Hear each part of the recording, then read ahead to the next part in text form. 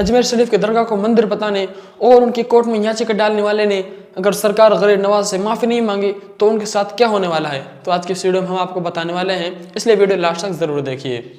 सरकार गरीब नवाज की दरगाह को 850 साल से ज़्यादा अरसा हो चुका है और वहाँ पर मुस्लिम ही नहीं बल्कि गैर मजहबी लोग बहुत ही तादाद में नजर आते हैं और अपनी मुरादों को पूरा करते हैं। लेकिन हमारे हिंदुस्तान में कुछ ऐसे नफरती चिंटू पैदा हो चुके हैं जो हिंदू मुस्लिम भाइयों को लड़ाते हैं और ऐसी गंदी हरकतें करते हैं। दोस्तों, हमारे हिंदुस्तान में एक ऐसा ट्रेंड भी चल रहा है, कभी मस्जिद के नीचे मंदिरों को ढूंढा जाता है, कभी दरगाहों के नीचे मंदिरों को ढूंढा जाता है।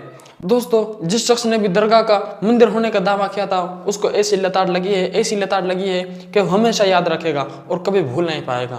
खैर, दुआ करते हैं इन लोगों के लिए कि अल्लाह ऐसे लोगों को सही रास्ता दिखाए। अब हम आपको एक ऐसी वीडियो दिखाने वाले हैं जो आपको देखना बेहद ही ज़रूरी है, इसलिए इस वीडियो को लास्ट तक ज़रूर देखें। अगर आपको वीडियो अच्छी लगे तो वीडियो लाइक करें और हमारे चैनल सब्सक्राइब करें।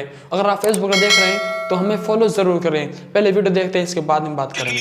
हिंदुस्तान के राजा की बारगाह में पहुंच गया, हिंदुस्तान के शहंशाह की बारगाह में पहुंच गया।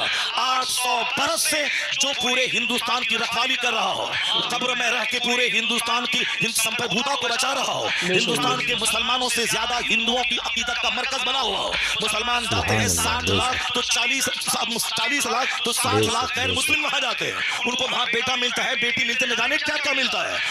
जब भी जाए हर वक्त साथ सिखों, हिंदुओं और दूसरे तमाम मज़ाहिब के मानने वाले को दुनिया ढेर चाहिए, इसलिए वो वहाँ भीड़ लगाए रहते हैं। मुसलमानों को जन्नत चाहिए, इसीलिए मस्जिदों में भीड़ रहती है, और उनको सिर्फ दुनिया की गाड़ी चाहिए, इसलिए दरगाहों पे वो भीड़ लगा के रहते हैं। 800 साल जो एक मुस्तनद ऑथेंटिक दरगाह है, उस दरगाह के खिलाफ पिटीशन दर्ज होता है और साहब कोर्ट वाले उसको एक्सेप्ट करके सुनवाई की तारीख तय कर देते हैं। अब तो हम लोग खामोश हैं, खामोश रहेंगे, देखते हैं जो बादशाह के ऊंट को बैठाने वाला अब इनकी शरारत पे कैसे पहरा लगता है। मुझे यकीन हासिल है अब हिंदुस्तान का 40 करोड़ मुसलमान अब गरीब नवाज की करामत देखने के लिए मुंतजिर है कि हिंदुस्तान का राजा अपनी करामत दिखाएगा। और मुझे लग रहा है इनकी शरारत जब बढ़ रही है, इनकी शरारत खूब आगे बढ़ रही है, तो अब जब बंदरों उस गिदरों को मौत आती है तो शहर की तरफ रुख करता है। छोटी छोटी बातें तो बोलता था, हम नजरअंदाज करते थे, अब बड़े शहंशाह की बारगाह में पहुंच गया है, वहां छेड़खानी कर रहा है। अब बस करीब है वह वक्त जब गरीब नवाज का जलाल रंग लाएगा,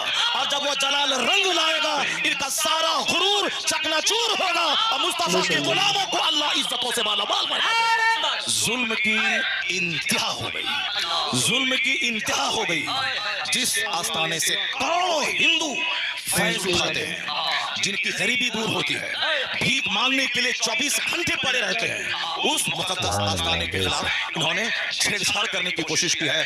अभी भी वक्त है कि जाके बाबा की बारगाह में चले जाओ, अपना पिटीशन कोर्ट से वापस ले लो और बाबा की चौखट पे जाके बोलो, बाबा क्षमा कर दीजिए, हमसे गलती हो गई। वरना याद रखना, तो अना सागर को एक कूजे में ला सकते हैं। याद रखना, जो बादशाह के ऊंट को बिठा सकते हैं, तो फिर जब वो जलाल में आ गए तो हुकूमत का सत्यानाश हो जाएगा। फिर वही होगा जो सारी दुनिया देखने का मुंतजिर है।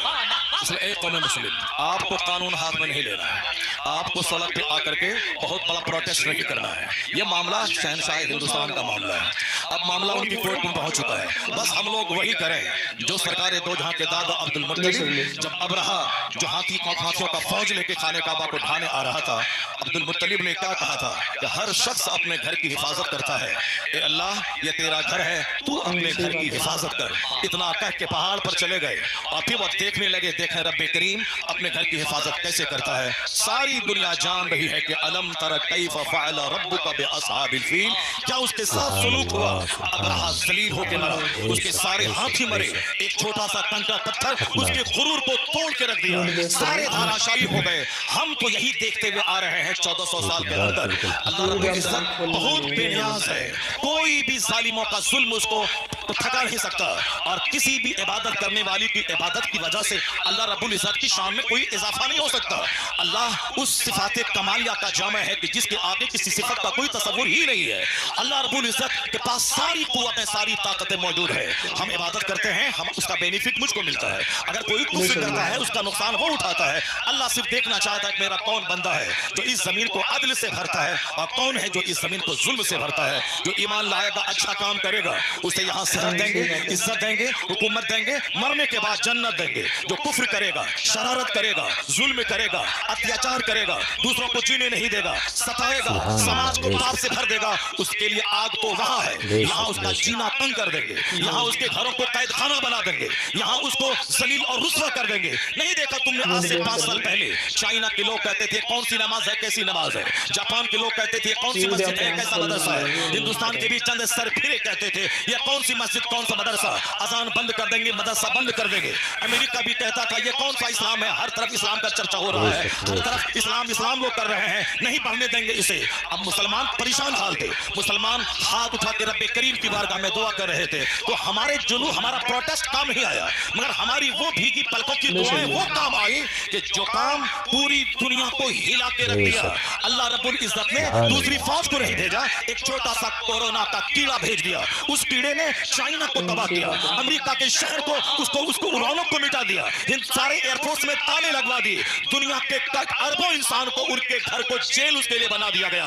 यहाँ तक कि जो मिटाने की बात कर रहा था वह क्वारंटाइन की बात करने लगा, वह सोशल डिस्टेंसिंग की बात करने लगा, वह वैक्सीन की बात करने लगा। मिटाने का सपना देखने वाला उनका शहर उजड़ गया, उनकी फैक्ट्रीज उजड़ गई, करोड़ों लोग मौत की मुंह में चले गए। इसलिए एक कौम मुस्लिम तेरा रब्बे कदीर बाअज़ीज़ है, बड़ा गालिब है, वह कुव्वत का मालिक है, वह तमाम इख्तियारात उसके पास मौजूद है। तुमको सिर्फ करना है मस्जिदों को आबाद करना है, अपनी पेशानियों में सजदों का शौक बसाना है। तू मोमिन बन जा, तू मोहम्मदी बन जा, अल्लाह तुझे इस जमीन का हाकिम बनाएगा, यहाँ की सल्तनत तुझको देगा। और जो इस्लाम के खिलाफ बोलेगा उसको एक मामूली सा कीड़ा भेजकर उसका सारा इख्तियारात उसके पास मौजूद है। तुमको सिर्फ करना है मस्जिदों को आबाद करना है, अपनी पेशानियों में सजदों का शौक बसाना है। तू मोमिन बन जा, तू मोहम्मदी बन जा, अल्लाह तुझे इस जमीन का हाकिम बनाएगा, यहाँ की सल्तनत तुझको देगा। और जो इस्लाम के खिलाफ बोलेगा उसको एक मामूली सा कीड़ा भेजकर उसका सारा हुरूर तोड़ देगा, जैसे अल्लाह ने तोड़ के बता दिया कि बंदे तुम्हारे चाहने से सब कुछ नहीं होता है, वही होता है जो मंजूरी खुदा होता है।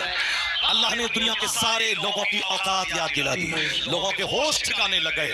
अल्लाह वही है जो नमरूद को सल्तनत देना जानता है, और जब सल्तनत का गलत इस्तेमाल करे तो अल्लाह मामूली मच्छर से हिलाक और तबाह हो बर्बाद करना भी जानता है। अल्लाह फिरौन जैसे जाबिर और जालिम को 400 साल की लंबी छूट देना भी जानता है, और जब वो 400 साल की लंबी छूट से आतंक को और बढ़ा दे तो अल्लाह ताला पानी में डुबा के उसे मार देता है। और जब हिगिया के कहता है कि अब मैं ईमान लाया तो अल्लाह कहता है अल आना वक़द असैत क़ब्लु व कुन्त मिनल मुफ़्सिदीन, अभी तू ईमान लाता है, इससे पहले तू फसादी और बागी था, आज मैं तेरी लाश बचाऊंगा ताकि आने वाले लोग जान जाएं कि मगरूर का हश्र क्या होता है, घमंडी का अंजाम क्या होता है। फिरौन की सूखी हुई सड़ी हुई हड्डी की लाश आज भी मिस्र के म्यूजियम में मौजूद है।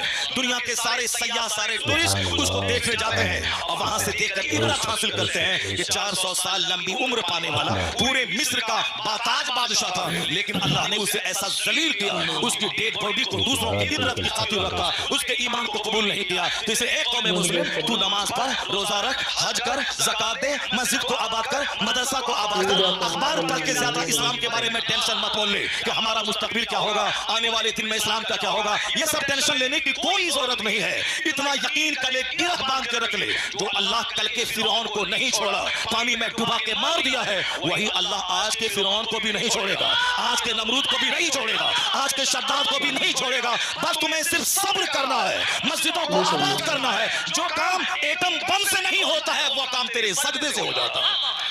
तुम्हारी ताकत रूहानी ताकत, तुम्हारी ताकत स्पिरिचुअल फोर्स, तुम्हारी ताकत आध्यात्मिक शक्ति है। आज हम जलील इसीलिए हो गए, मेरी मस्जिदें वीरान हो गई, मेरा जलसा उजड़ गया, हमारी खानदान सिर्फ तेल और पानी का मरकज बन के रह गई, हमारी मस्जिदों में दांत टूटे चंद बूढ़े रह गए, और हमारे जवान उनको कुफ्फार और मुशरिकीन के जवान की तरह हरकतें करने लगे। हमारे घर में क्रिकेटर का चर्चा, हमारे घर में साहब बैरिस्टर का चर्चा, हमारे घर में नेता का चर्चा, हमारे घर में बंबई जाकर के फैक्ट्री डाल के 2-4 मकान खरीदने वाले दुनियादार का चर्चा, हमारे घर में खूबसूरत खवातीन का चर्चा, हमारे घर में खूबसूरत नौकरी करने वाले लड़कों का चर्चा। अब जाहिर सी बात है जब खूबसूरती का चर्चा होगा तो हमारा बेटा दिमाग में ये बात बिठाएगा हमें खूबसूरत औरत चाहिए। अब चाहे वो अपना चेहरा आईना में नहीं देखेगा कि हमारी सूरत कैसी है, हमारी नाक टेढ़ी है, हमारा रंग काला है, मगर वो तमन्ना करता है क्या कि हमारी बीवी बिल्कुल करीना जैसी खूबसूरत मिल जाए। सबकी तमन्ना ये खूबसूरत मिल जाए, क्योंकि उनके घर में खूबसूरती का चर्चा होता है, उनके घर में मुलाजमत का चर्चा होता है, उनके घर में क्रिकेट का चर्चा होता है। अगर मेरी بیٹی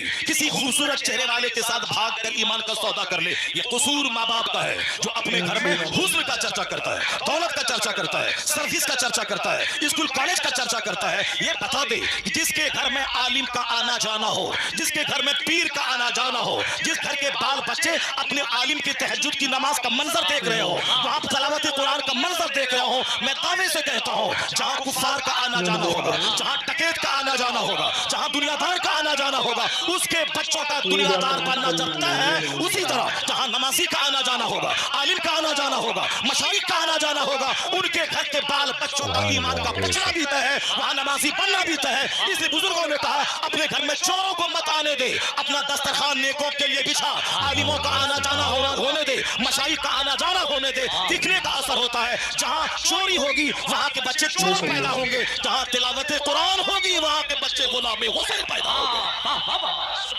کوئی تحریک ہمارے بچوں کو کافر ہونے سے بچا نہیں پائے گی، کوئی تحریک ہماری مرتد ہونے والی بیٹیوں کو بچا نہیں پائے گی۔ اس کے لیے ہر ماں باپ کو آگے آنا ہوگا، اپنے گھر میں اسلامی کلچر بنانا ہوگا، اپنے بال بچوں کے دل دماغ میں اسلام کی عظمت بٹھانی ہوگی، اپنے بال بچوں کے سامنے حضور کی حیات طیبہ کو بیان کرنا ہوگا، اولیاء صالحین کی زندگی کا مطالعہ کرنا، اولیاء صالحین کی زندگی بتانا ہوگا۔ اب ذرا غور سے دیکھیں کیسے حالات تھے، کیسے لوگ تھے، کس طرح سے جیتے تھے، امیر اس دور کے کیسے تھے، غریب اس عہد کے کیسے تھے، عورتیں اس عہد کے کیسے تھی، مالدار اس عہد کے کیسے تھے۔ اسلامک ہسٹری کا ایک چیپٹر میں کھولتا ہوں، ذرا غور سے اس کو سنیے، اس کے بعد پھر میں آگے آپ کو بتاؤں گا کہ نیتا ہمارا کتنا جھوٹ بولتا ہے۔ نیتا ہمیں ڈرا کر کے ہم سے ووٹ لیتا ہے، وہ کیا بولتا ہے کہ اگر تم ہم کو ووٹ نہیں دو گے تو تمہاری زندگی خطرے میں پڑ جائے گی، تمہارا مستقبل خطرے میں پڑ جائے گا، اسلام خطرے میں ہے۔ ہم آج 50 سال سے سنتے ہوئے آ رہے ہیں اسلام از ان ڈینجر، اسلام خطرے میں ہے، اسلام خطرے میں ہے، اسلام خطرے میں ہے۔ جو مولانا بولتا ہے اسلام خطرے میں ہے، یقین جانے کہ وہ مولانا سچ نہیں، وہ جھوٹ بول رہا ہے۔ جو نیتا بولتا ہے اسلام خطرے میں ہے،